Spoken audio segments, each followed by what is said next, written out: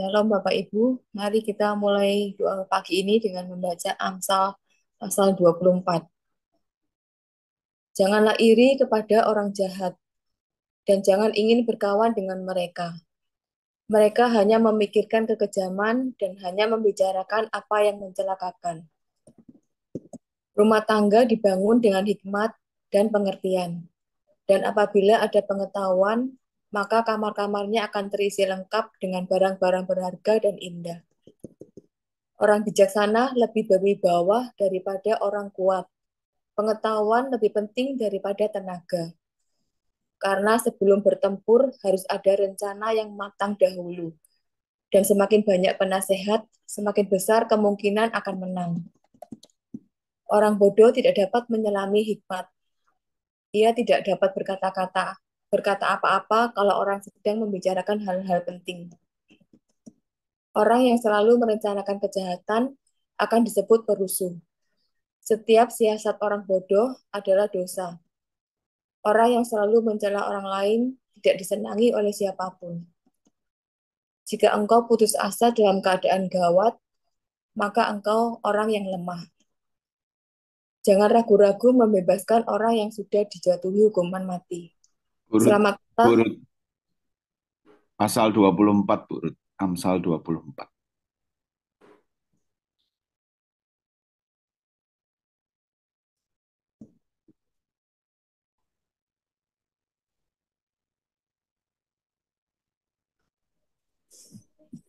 Amsal 24. Jangan iri kepada orang jahat.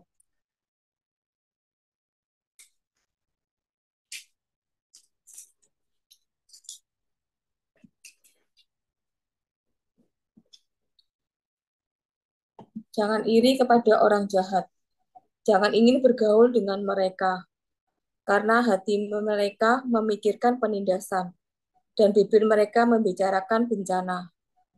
Dengan hikmat rumah didirikan, dengan kepandaian itu ditegakkan, dan dengan pengertian kamar-kamar diisi, dengan bermacam-macam harta benda yang berharga dan menarik.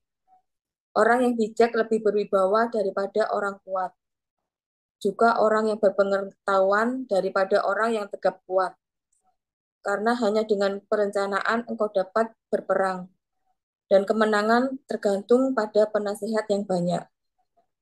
Hikmat terlalu tinggi bagi orang bodoh. Ia tidak membuka mulutnya di pintu gerbang. Siapa selalu merencanakan kejahatan akan disebut penipu. Memikirkan kebodohan mendatangkan dosa, dan si pencemooh adalah kekejian bagi manusia. Jika engkau tawar hati pada masa kesesakan, kecilah kekuatanmu. Bebaskanlah mereka yang diangkut untuk dibunuh. Selamatkanlah orang yang terhuyung-huyung menuju tempat pemanjungan. Kalau engkau berkata, sungguh, kami tidak tahu hal itu.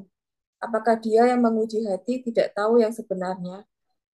Apakah dia yang menjaga jiwamu tidak mengetahuinya dan membalas manusia menurut perbuatannya? Anakku, makanlah madu, sebab itu baik, dan tetesan madu manis untuk langit-langit mulutmu. Ketahuilah, demikian hikmat untuk jiwamu. Jika engkau mendapatnya, maka ada masa depan, dan harapanmu tidak akan hilang. Jangan mengintai kediaman orang benar seperti orang fasik. Jangan merusak rumahnya, sebab 7 kali orang benar jatuh, namun ia bangun kembali. Tetapi orang fasik akan roboh dalam bencana. Jangan bersukacita kalau musuhmu jatuh. Jangan hatimu beria-ria kalau ia terperosok, supaya Tuhan tidak melihatnya dan menganggap jahat lalu memalingkan mukanya daripada orang itu. Jangan menjadi marah karena orang yang berbuat jahat. Jangan iri kepada orang fasik, karena tidak ada masa depan bagi penjahat. Pelita orang fasik akan padam. Hai anakku, takutilah Tuhan dan Raja. Jangan melawan terhadap kedua-duanya. Karena dengan tiba-tiba mereka menimbulkan bencana. Dan siapa mengetahui kehancuran yang didatangkan mereka? Juga ini adalah amsal-amsal dari orang bijak. Memandang bulu dalam pengadilan tidaklah baik. Siapa berkata kepada orang fasik, engkau tidak bersalah, akan dikutuki bangsa-bangsa, dilaknatkan suku-suku bangsa. Tetapi mereka yang memberi peringatan akan berbahagia. Mereka akan mendapat ganjaran berkat. Siapa memberi jawaban yang tepat, mengucup bibir. Selesaikanlah pekerjaanmu di luar. Siapkanlah itu di ladang. Baru kemudian dirikanlah rumahmu.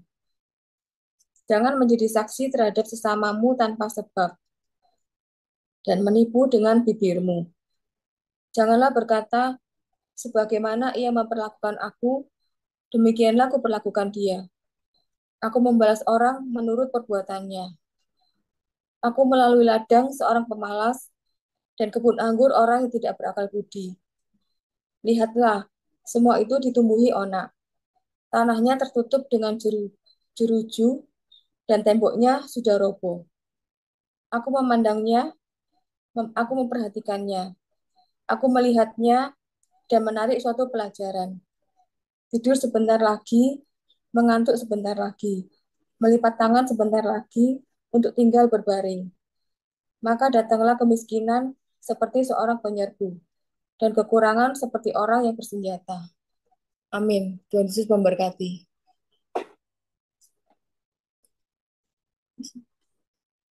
Senang sekali kita bertemu lagi dalam doa pagi di hari ini. Satu hal kita percaya, bahwa ketika kita duduk diam di kaki Tuhan, kita menyembah Dia, di situ Tuhan akan bekerja dengan caranya yang ajaib untuk menolong setiap kita. Saya juga rindu menyapa Bapak Ibu Saudara yang bergabung melalui YouTube. Shalom. Biarlah kiranya dimanapun Bapak Ibu berada, biarlah damai sejahtera Allah boleh menyertai Bapak Ibu senantiasa. Baik, sebelum kita memulai doa pagi kita pagi hari ini, mari sama-sama kita tundukkan kepala, bersatu hati kita berdoa. Tuhan Yesus, terima kasih Tuhan buat pagi hari ini. Kami percaya Tuhan, sebagaimana kami ada saat ini Tuhan, Engkau selalu menyertai setiap kami, Engkau selalu menolong setiap kami. Terima kasih buat pagi yang indah ini Tuhan. Kalau kami boleh bertemu lagi Tuhan dalam doa pagi, untuk kami boleh sama-sama memuji Tuhan, menyembah Tuhan. Kami percaya Tuhan, ketika kami membuka hati kami, ketika kami fokus menomorsatukan Tuhan, di situ Engkau akan hadir untuk menolong, menopang dan menguatkan setiap kami. Terima kasih Tuhan, terima kasih. Inilah setiap kami Tuhan, beracaralah atas setiap kami, jamah setiap kami, puaskan setiap kami, puaskan setiap hati yang haus dan lapar akan Engkau pagi hari ini. Terima kasih Tuhan, terima kasih. Hanya di dalam nama Tuhan kami Yesus Kristus kami berdoa dan mengucap syukur. Amin.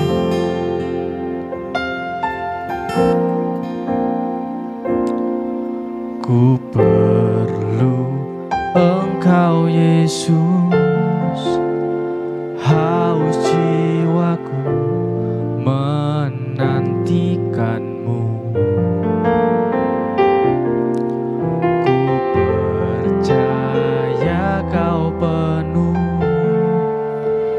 pengharapanku di dalam-Mu. Ku percaya.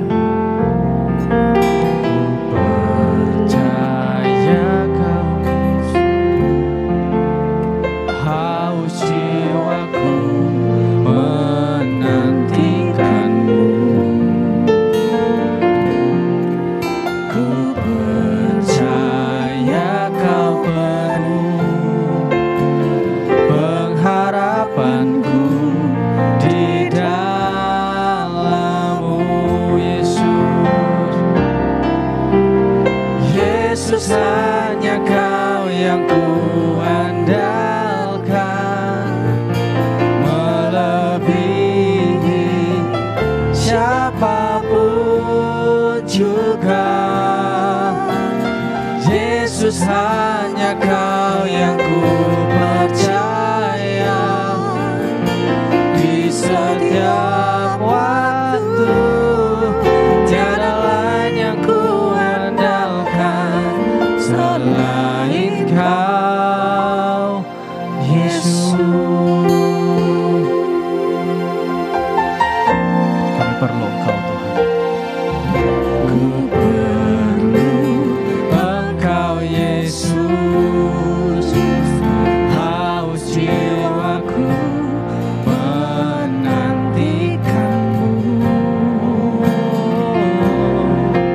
Ku percaya Kau penuh pengharapanku di dalam-Mu, Yesus.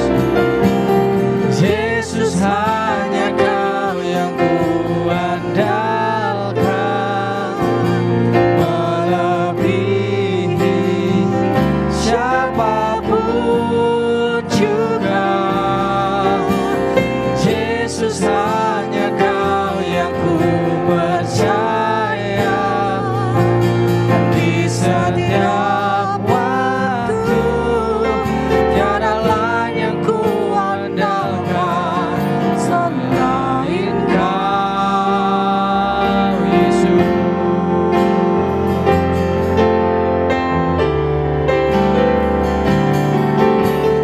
Yesus, hanya Kau yang ku andalkan, melebihi siapapun juga. Yesus, hanya Kau yang ku percaya di setiap waktu. Tiada lain yang ku andalkan selain, tiada lain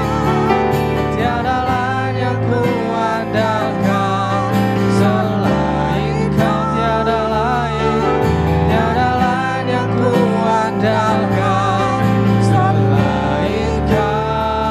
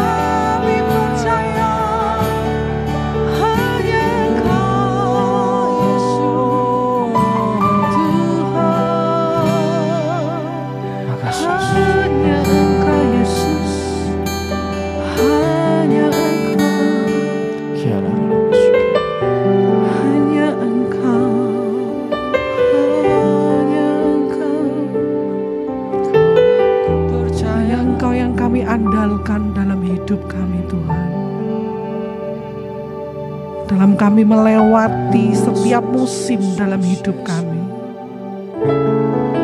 Sungguh kami tidak mampu kami berjalan tanpa Engkau di sisi kami.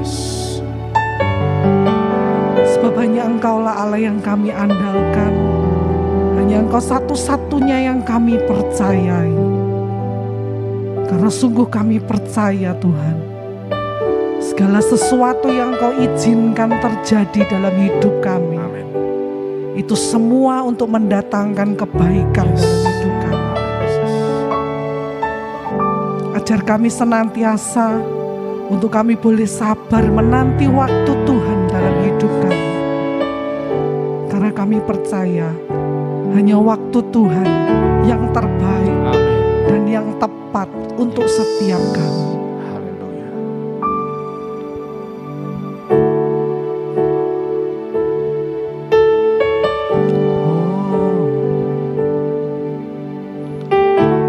Selalu Tuhan menjawab doa, Dia beri yang terbaik di waktu yang tepat.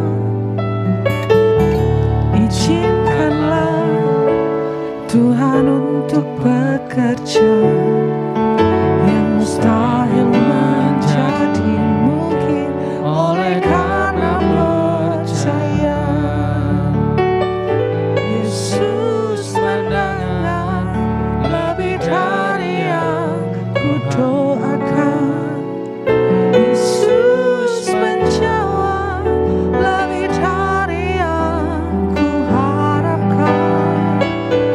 Dengan caranya di waktu yang tepat, ku kan melihat Dia jadikan semua. Mari Bapak Ibu, kita mengimani pujian ini. Sama-sama kita mau puji.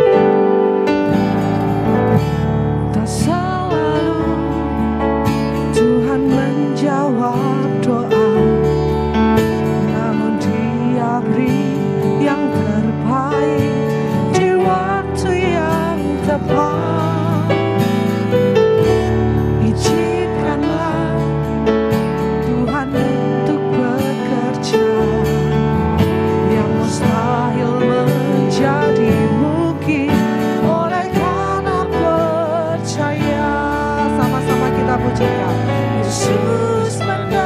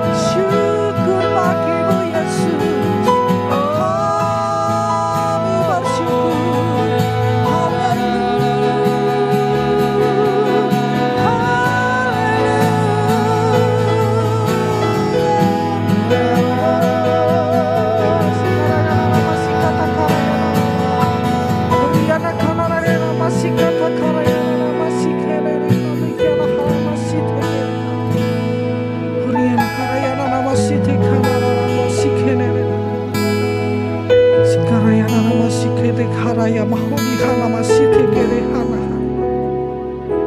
Kuriana karaya nama sikata karaya nama sikaraya nama sikaraya. Kami percaya janji-Mu ajaib Tuhan dalam hidup kami. Sikata karaya nama sikara. Kami bersyukur Kuriana karaya setiap hari kami bisa mengecap kebaikan-Mu dalam hidup kami Tuhan. Amin. Kuriana karaya nama sikata karaya. Tiada hal yang bisa kami lakukan untuk membalas kebaikan-Mu. Yang bisa kami lakukan hanya memberi hati ini, memberi hidup ini untuk Engkau Tuhan. Kami percaya janji-Mu ajaib. Kami percaya janji-Mu mulia dalam hidup kami Tuhan.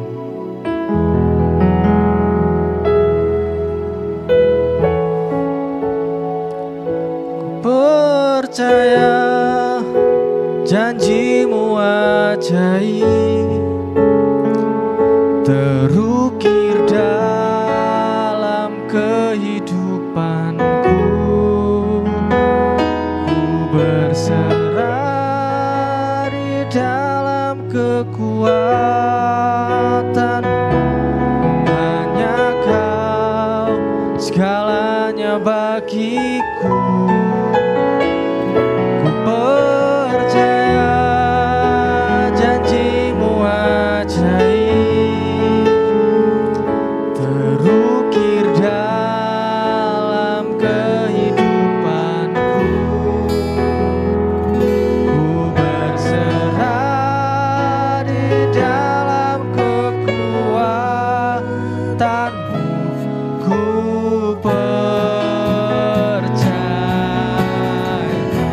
percaya janji-Mu, percaya janji-Mu ajaib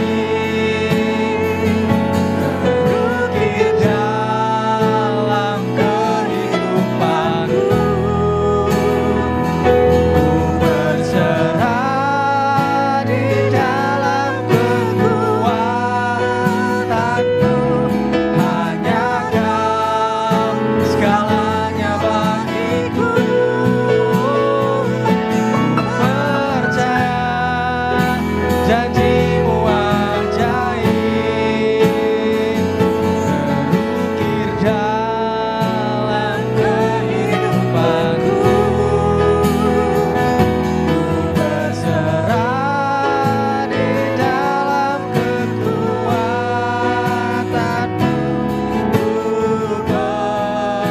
berserah di dalam kekuatan-Mu.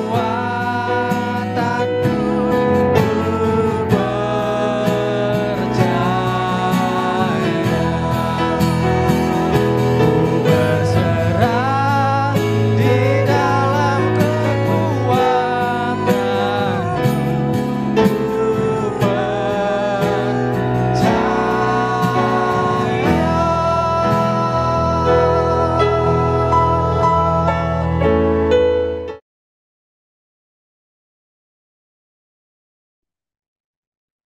Bapa kami dalam surga, terima kasih Tuhan untuk pagi yang indah.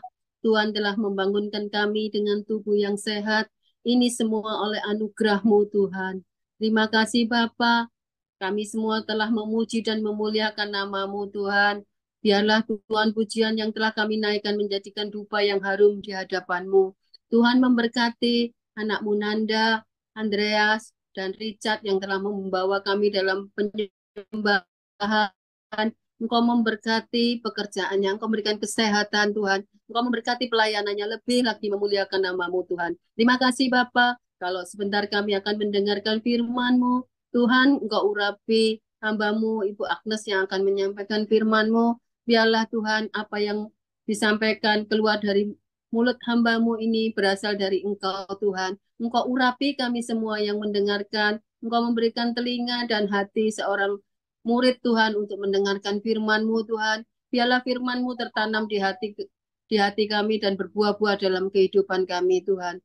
Kami berdoa Tuhan, kalau ada roh-roh yang akan mengganggu kami, yang tidak bisa berkonsentrasi atau ngantuk Tuhan, kami patahkan hanya di dalam nama Tuhan Yesus. Biarlah kami boleh mendengarkan firman-Mu Tuhan. Terima kasih Bapa, terima kasih. Kami peralaskan doa ini hanya di dalam satu nama, Yesus Kristus kami berdoa. Amin. Amin. Terima kasih Bu Elida. Selamat pagi Bapak Ibu Saudara yang dikasihi Tuhan Yesus Kristus. Shalom. Salam damai sejahtera di dalam kasih Tuhan Yesus Kristus.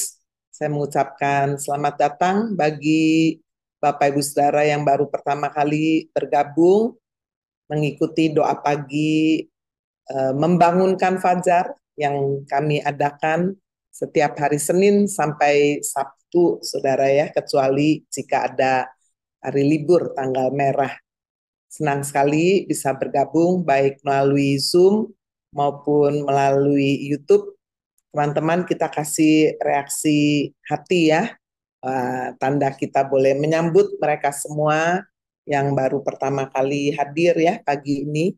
Ibu Haryani ini dari kelas First Years kemarin, dan ada beberapa nama lagi ya, Ibu Melani, ada siapa lagi, Ibu Lea Santoso. Saya mungkin nggak bisa mengucap satu persatu semuanya, tapi selamat datang bagi Bapak Ibu yang baru pertama kali hadir. Demikian juga yang di luar Surabaya, di luar pulau, bahkan yang dari luar negeri. Shalom semuanya. Nah, hari ini saya ingin menyampaikan satu kebenaran firman. Saya mengambil tema menghormati tabut Tuhan. Tabut Tuhan, tabut perjanjian. Saudara, kita mengenal lebih dulu apa itu tabut Tuhan. Saudara sekalian, kalau kita membaca di dalam firman dikatakan tabut itu dibuat oleh seorang yang dipilih, ditunjuk oleh Tuhan bernama Bezalel. Ya, di Sinai, Saudara, menurut pola yang disampaikan kepada Musa. Yang nggak usah dibuka Alkitab, nanti Saudara baca sendiri. Itu ada di dalam Keluaran pasal 25 ya, ayat 10 sampai 12. Nah, tabut Allah ini dianggap sebagai satu simbol kehadiran Tuhan sendiri ya, yang tidak nampak di bumi.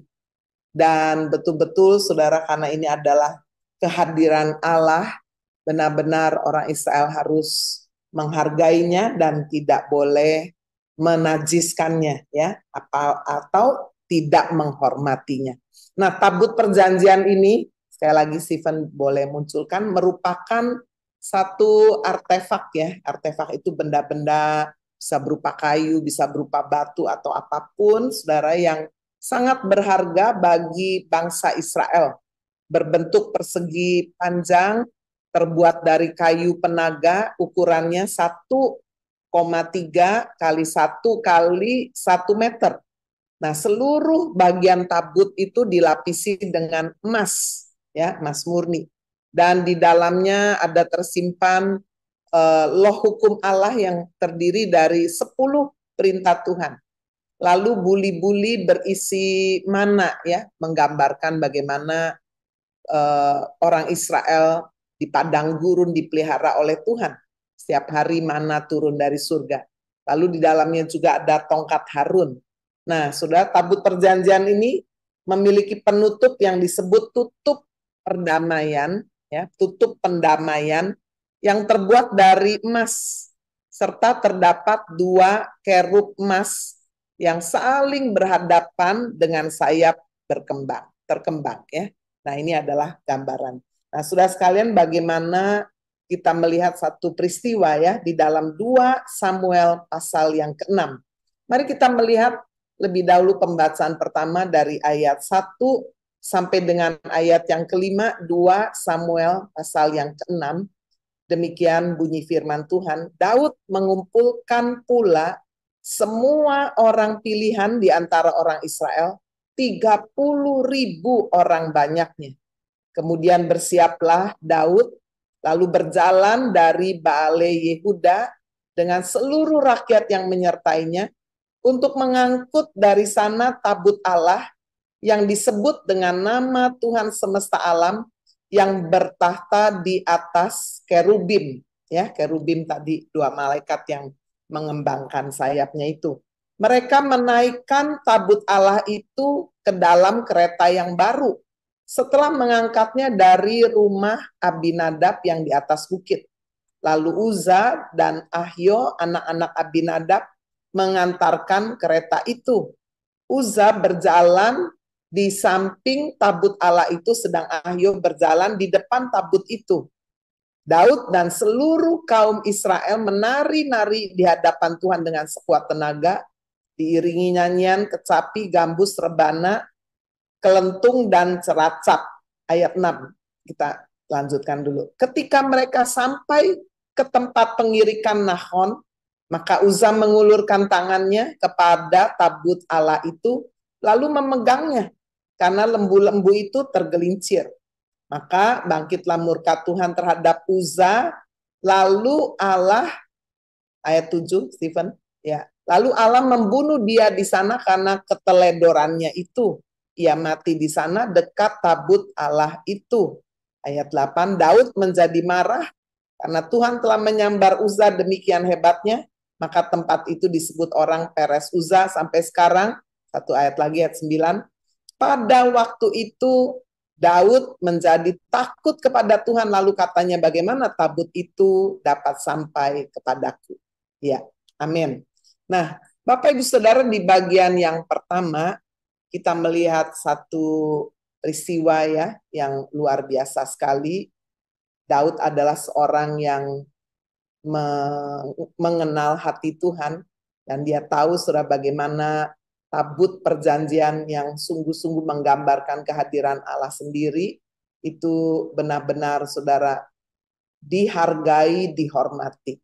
Tetapi di dalam bagian yang pertama kita membaca saudara bagaimana walaupun Daud dikatakan saudara bersama dengan orang-orang pilihan, semua orang pilihan ada 30.000. Wah, tidak main-main ini ya. 30.000 orang ini sungguh-sungguh mempersiapkan mengangkut ya tabut perjanjian ini, dan dikatakan tabut ini dinaikkan ke dalam kereta yang baru. Belum Stephen ya, ini belum diangkat ini ya.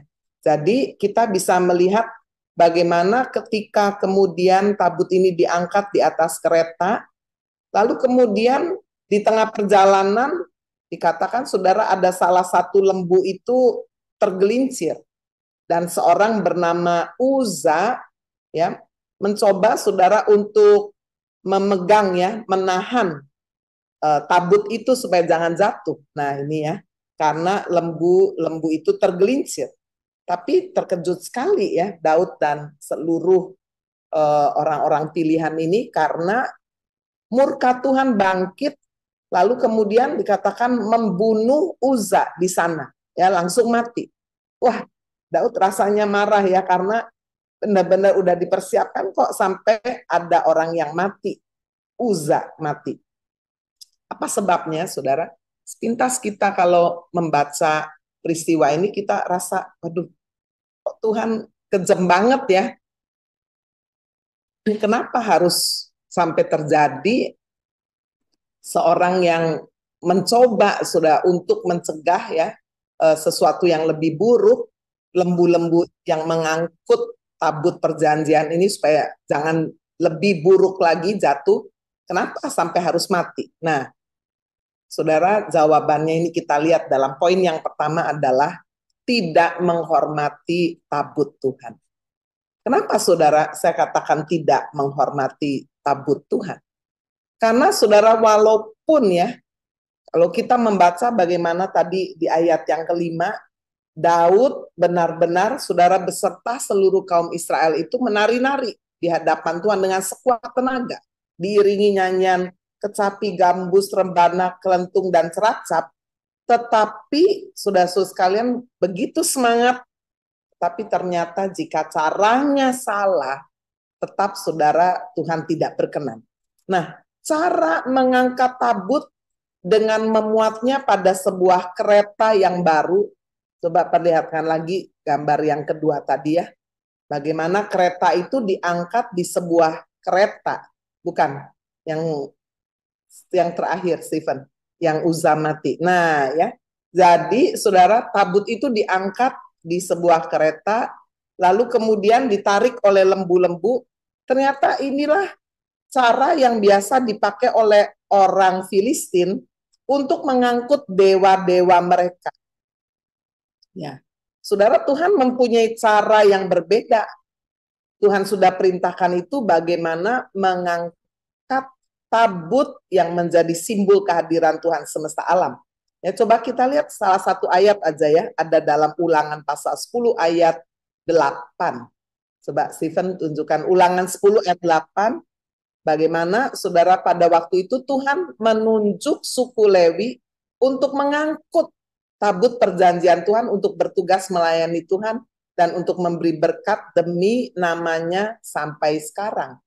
Jadi saudara, Tuhan menunjuk suku Lewi untuk mengangkut, ya, mengangkatnya ya.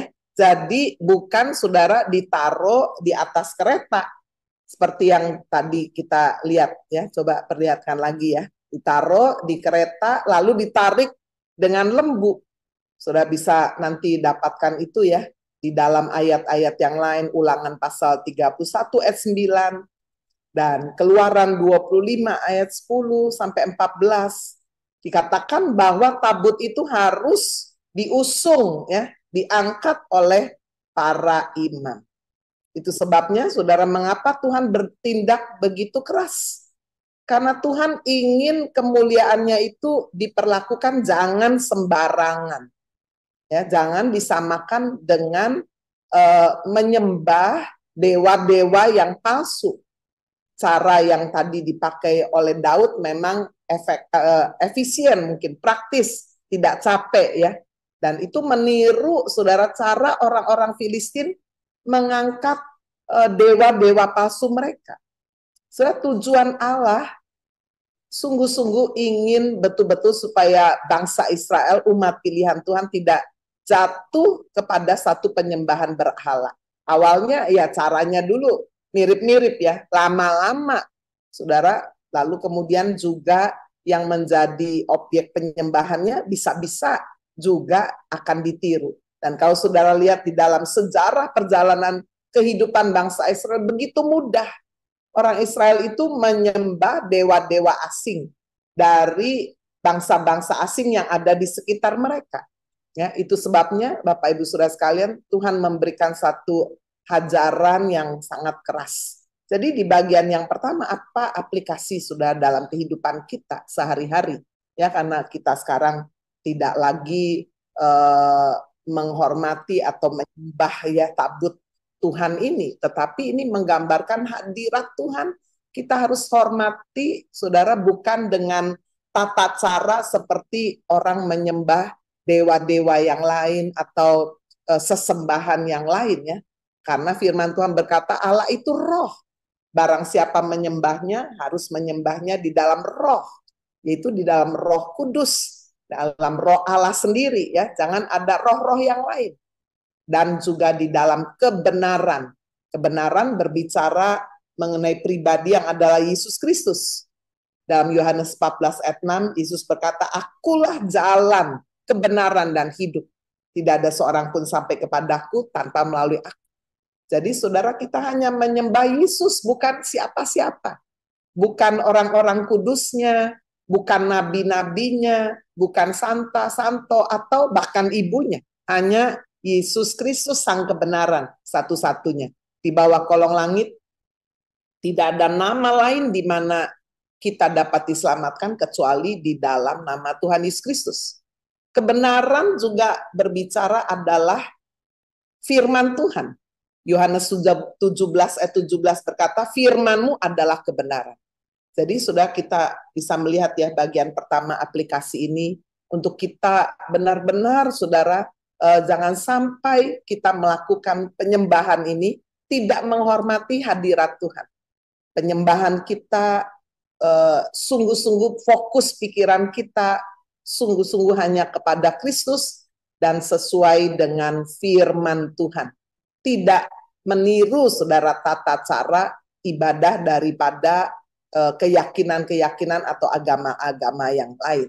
Nah, sekarang kita melihat saudara di bagian yang kedua ya, di dalam 2 Samuel pasal 6 ayat 10 sampai dengan ayat 12 setelah peristiwa kematian Uza. Coba kita membaca 2 Samuel 6 ayat 10 sampai 12. Sebab itu Daud tidak mau memindahkan tabut Tuhan itu ke tempatnya, ke kota Daud. Tetapi Daud menyimpang dan membawanya ke rumah Obed-Edom orang Gad itu. 3 bulan lamanya tabut Tuhan itu tinggal di rumah Obed-Edom orang Gad itu.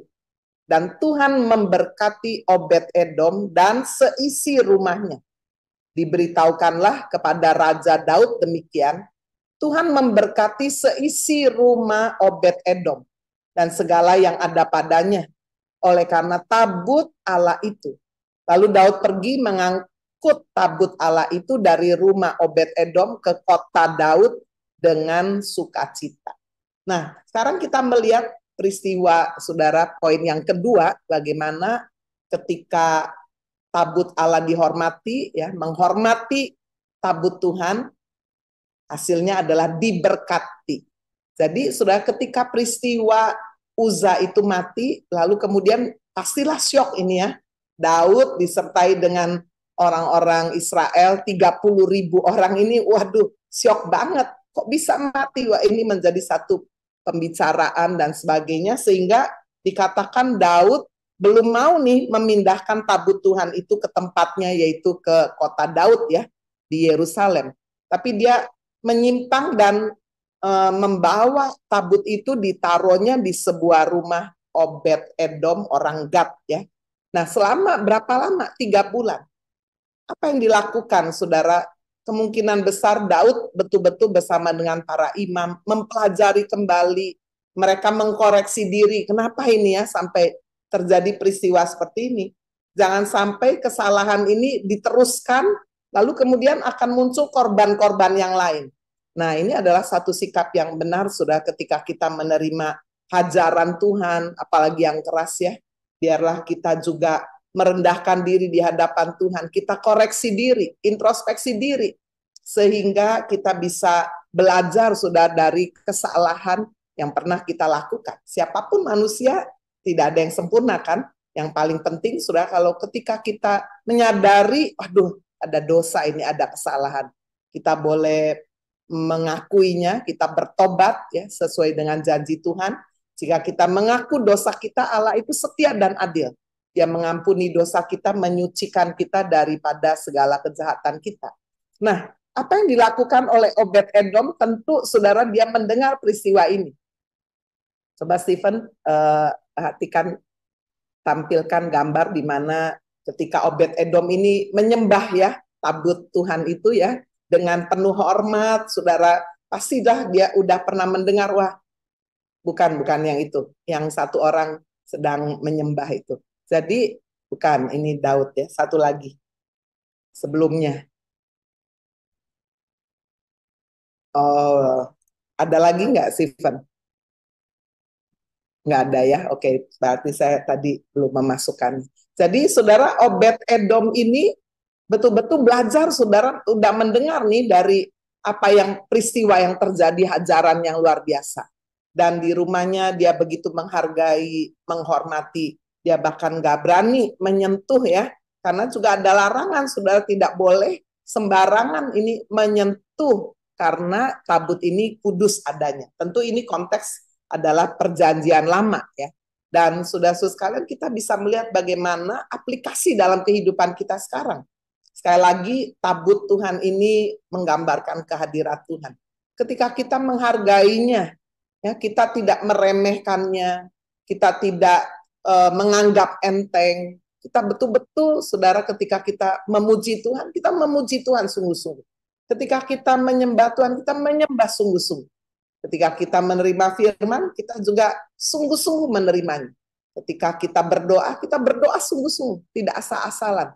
Ya, jadi sedih sekali, saudara, kalau dalam ibadah ya, sampai ada yang mungkin, ya saya pernah dilapori juga ya, semoga bukan di gereja lokal, tempat saya gembalakan, ada yang sambil ibadah sambil main game, atau mungkin sambil lihat YouTube yang lain atau cerita-cerita yang lain.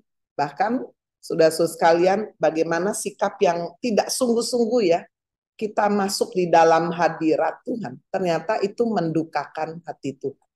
Sebaliknya saudara, ketika firman Tuhan berkata, ibadah itu jika kita lakukan sungguh-sungguh disertai rasa ucapan syukur, rasa cukup, tidak dipenuhi dengan keluh kesah, ibadah itu dikatakan mendatangkan keuntungan. Nah itu ya ayat yang ada di dalam perjanjian baru. Jadi sudah di bagian yang kedua kita belajar bagaimana menghormati tabut Tuhan, ya, menggambarkan hadirat Tuhan. Ketika kita menghormati hadirat Tuhan, kita diberkati. Di dalam kitab Maleakhi ditulis bahwa Tuhan akan membedakan orang-orang yang sungguh-sungguh beribadah kepada Tuhan dengan yang tidak sungguh-sungguh. Jadi saudara, kesungguhan itu tentu Tuhanlah yang menilai ya. Kita nggak boleh menghakimi, oh kamu nggak sungguh-sungguh. Nggak, saudara. Bagian kita adalah kita mengoreksi diri kita sendiri. Dan firman Tuhan menjanjikan, Tuhan membedakan orang yang beribadah sungguh-sungguh dengan yang tidak. Tuhan menjadikan orang-orang tersebut sebagai biji matanya Tuhan. Tuhan memperhatikan dan Tuhan mendengarnya. Itu yang dikatakan oleh firman Tuhan ya.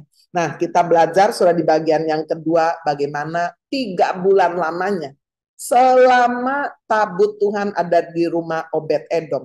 Dikatakan Tuhan memberkati seisi rumah Obed-Edom dengan semua yang ada di dalam rumahnya ini, diberkati jelas sekali karena tabut Allah itu. Apakah saudara merindukan kehidupan kita diberkati? Hadirkan Tuhan di dalam rumah tangga saudara. Jangan saudara yang dihadirkan adalah film-film horor ya. Saudara pernah seorang anak sekolah minggu, mungkin mamanya sering nonton film horor. Nyi Blorong, Nyi Loro Kidul, wah, Suster Ngesot dan sebagainya ya. Nah, satu kali ternyata saudara, anak yang masih kecil ini terpengaruh, saudara. Waktu sedang berdoa dia sempat bermanifestasi ya, seperti mengeluarkan satu gerak erangan dari roh-roh yang lain. Wah, kaget sekali guru sekolah minggu ini. Sampai didoakan. Nah, setelah itu ditanya, "Nak, kamu di rumah sering nonton apa?" Ternyata sering nonton film setan ini saya. Jadi sudah ibunya, apa yang ditonton oleh ibunya ya anaknya ikut lihat. Apa yang dihadirkan dalam rumah tangga saudara. Pertengkaran, atau kemudian saudara caci maki, kata-kata yang kotor, pertikaian, apa yang dihadirkan di dalam gereja lokal saudara, di mana saudara beribadah. Gosip, saya dengar, aduh, di gereja itu isinya gosip terus ya, yang diomongin orang lain terus. Wah, hari ini kita belajar, saudara, mari betul-betul kita menghormati hadirat Tuhan, kita menjaga mulut kita, telinga kita, kita menghargai saudara otoritas yang ada di atas kita, dalam keluarga, dalam gereja, dalam pekerjaan, di tengah-tengah pemerintahan kita. Kita betul-betul percaya saudara bahwa firman Tuhan berkata, jika kita tidak bisa mengasihi orang yang kita lihat, apalagi Tuhan yang tidak kita lihat. Nah, kita mempraktekkan itu dalam kehidupan sehari-hari. Nah, sekarang kita melihat yang ketiga. Saudara, bagaimana kemudian Daud benar-benar menaati perintah Tuhan. Ya. Tadi kalau kita sudah membaca di dalam 2 Samuel pasal 6 ayat 10 sampai 12, sekarang mari kita membaca 2 Samuel pasal 6 ayat yang ke-13. 2 Samuel pasal 6 ayat yang ke-13. Demikian bunyinya. Apabila pengangkat tabut Tuhan itu melangkah maju 6 langkah, maka ia mengorbankan seekor lembu dan seekor anak lembu gemukan. Ayat 14. Dan Daud menari-nari di hadapan Tuhan dengan sekuat tenaga. Ia berbaju efod dari kain lenan. Daud dan seluruh orang Israel mengangkut tabut Tuhan itu dengan diiringi sorak dan bunyi sangkakala. Ketika tabut Tuhan itu masuk ke kota Daud, maka Mikal, anak perempuan Saul, menjenguk dari jendela, lalu melihat Raja Daud meloncat-loncat serta menari-nari di hadapan Tuhan. Sebab itu ia memandang rendah Daud dalam hatinya. Tabut Tuhan itu dibawa masuk, lalu diletakkan di tempatnya dalam kemah yang dibentangkan Daud. Untuk itu kemudian Daud mempersembahkan korban bakaran, korban keselamatan di hadapan Tuhan. Nah, Bapak Ibu Saudara, di bagian yang ketiga kita melihat ya bagaimana menaati perintah Tuhan sungguh-sungguh dilakukan oleh Daud. Dari pelajaran yang pertama, saudara, bagaimana mereka mengikuti cara dari orang-orang yang menyembah dewa-dewa yang bukan Allah Israel. Ya, ada hajaran, ada hukuman. Dan di bagian yang kedua kita melihat bagaimana ada berkat Tuhan ketika benar-benar menghormati tabut Tuhan atau kehadiran Tuhan. Nah, sekarang kita melihat, saudara, bagaimana Daud menaati perintah Tuhan. Nah, saudara-saudara sekalian, setelah Daud memahami bagaimana cara membawa tabut Allah yang harus dipikul, ya, dipikul oleh beberapa orang Lewi dengan menggunakan tongkat yang memang dikhususkan untuk memindahkan tabut itu. Nah, ya seperti ini, saudara. Lalu kemudian apa yang dilakukan, saudara-saudara sekalian, apabila dikatakan pengangkat tabut itu melangkah 6 langkah, nah, Daud mengorbankan seekor lembu, seekor anak lembu gemukan. So ini sebetulnya adalah satu gambaran merendahkan diri di hadapan Tuhan. Setiap kali kita datang, saudara, beribadah, apakah di gereja, dalam ibadah raya, ibadah minggu, atau ibadah pagi seperti ini, ibadah doa puasa, atau ibadah pribadi, saudara, maka perlu kita datang, saudara, merendahkan diri di hadapan Tuhan. Bukankah Tuhan Yesus sendiri juga mengajari di dalam doa Bapa kami? Salah satunya adalah ampunilah segala kesalahan kami seperti kami mengampuni kesalahan orang lain. Saudara, betapa sungguh-sungguh sangat penting sekali setiap kali kita datang kepada Tuhan. Kita datang merendahkan diri. Jangan seperti orang Farisi.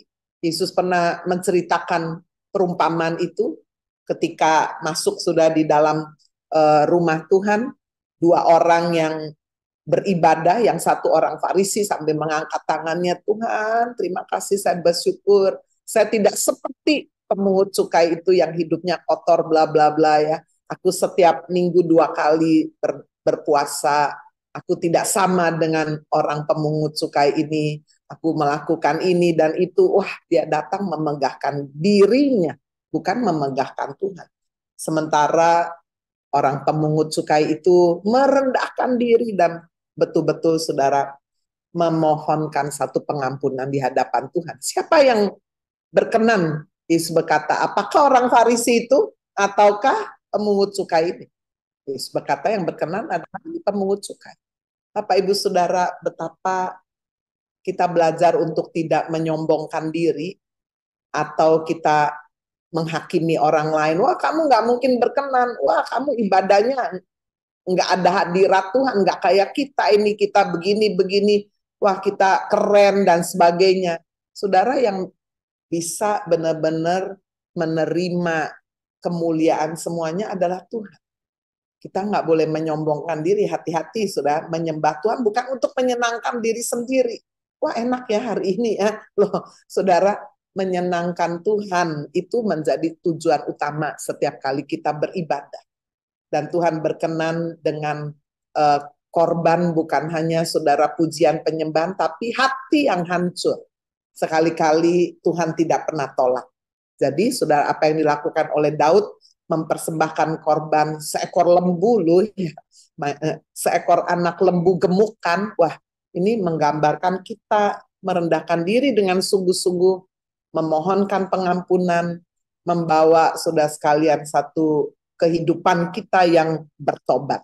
Nah, itu yang pertama saudara ya, bagaimana Daud menaati perintah Tuhan. Itu dengan cara merendahkan diri, lalu kemudian dikatakan melakukannya sesuai dengan perintah Tuhan. Tabut itu diangkut ya oleh orang-orang Lewi, dipikul. Lalu kemudian saudara, yang terakhir, bagaimana Daud bersukacita menyambut tabut itu di dalam hadirat Tuhan yang luar biasa. Daud menari-nari dengan sekuat tenaga, dikatakan ya, dengan berbaju efod dari kain lenan. Coba Stephen, kita lihat gambarannya ya, bagaimana Daud memakai baju efod dengan kain lenan yang berwarna putih ya. Nah ini Daud dan seluruh orang Israel yang mengangkat tabut Tuhan, mengiringinya dengan diiringi sorak-sorai, dengan bunyi sangkakala, dengan semua permainan musik yang komplit ya. Masuk ke kota Daud. Nah, istrinya Daud, Mikal, itu melihat, wah tuh, kenapa ini sampai Raja Daud menghinakan diri kayak begini? Nggak malu tuh meloncat-loncat, menari-nari. Dan dikatakan Mikal memandang rendah Daud dalam hatinya. Kalau tadi pelajarannya saudara, bagaimana orang tidak menghormati hadirat Tuhan sampai mati ya, Uza bisa mati. Kita membaca Mikal, dikatakan saudara, dia tidak mati, tetapi dia tidak menghasilkan kehidupan di dalam masa depannya ya, karena dia tidak punya anak katanya sampai mati. Dan kita aplikasikan saudara, orang yang meremehkan, menghina, orang-orang yang dengan sungguh-sungguh beribadah. Buat apa sih kamu doa terus? Doa pagi, mana hasilnya apa? Wah, kita menyepelekan, menghina. Nggak kayak saya nggak perlulah doa panjang-panjang menyembah Tuhan. Udah kerja aja atau apa aja, lalu kita menghinakan. Saudara, hati-hati dengan cara seperti itu ya. Sungguh-sungguh saudara, itu bisa mematikan kehidupan kita sendiri. Kehidupan kita tidak berbuah. Hari ini kita belajar, Bapak Ibu Saudara, bagaimana menghormati tabut Tuhan di dalam perjanjian lama dengan konsekuensinya ketika orang tidak menghormati atau menghina, meremehkan. Tetapi sebaliknya ketika seseorang sungguh-sungguh menghormati dan menyambutnya dengan penuh sukacita, dengan membawa korban-korban di hadapan Tuhan, merendahkan diri di hadapan Tuhan. Betapa Tuhan menyediakan yang terbaik. Mari saudara, biarlah kebenaran firman Tuhan ini boleh mengingatkan kita, menegur kita, memperbaiki setiap kali kita beribadah. Di mana saja, apakah di gereja, apakah saat ini di rumah, mari kita sungguh-sungguh, saudara ya. Jangan sampai ikut doa pagi sambil ketiduran ya. Mari bangun, saudara, sungguh-sungguh. Dan ketika saudara juga membaca firman, bacalah dengan sungguh-sungguh, renungkan. Ketika kita memuji, menyembah Tuhan, mari kita lakukan itu dengan segenap hati. Ketika kita juga berdoa, berdoalah dengan sungguh-sungguh. Ibadah jika disertai rasa cukup, rasa syukur, sungguh mendatangkan berkat. Amin. Tuhan Yesus memberkati. Terima kasih Tuhan, terima kasih. Kami sudah bersekutu, berdoa, memuji Tuhan, menerima kekuatan firman. Kami yang diberkati juga sudah membawa persembahan syukur kami. Tuhan berkati setiap persembahan ini. Boleh berguna Tuhan untuk gereja HFC, boleh menjadi berkat bagi banyak orang, bagi banyak gereja denominasi. Kumpulkan kami kembali besok Tuhan dalam doa pagi. Mari Bapak Ibu kita angkat kedua tangan kita. Bapak Ibu Saudara yang dikasihi Tuhan Yesus Kristus, terimalah berkat yang melimpah dari Allah Bapa di surga, kasih karunia dari Tuhan Yesus Kristus, pertolongan, penghiburan, kekuatan dari Allah Roh Kudus turun menyertai Bapak Ibu Saudara mulai hari ini sampai Maranatha. Tuhan Yesus datang kembali kali yang kedua. Haleluya. Dalam nama Tuhan Yesus Kristus kita semua yang percaya berkata amin. Tuhan berkati semuanya. Kita akan ketemu lagi besok pagi dalam doa pagi membangunkan fajar.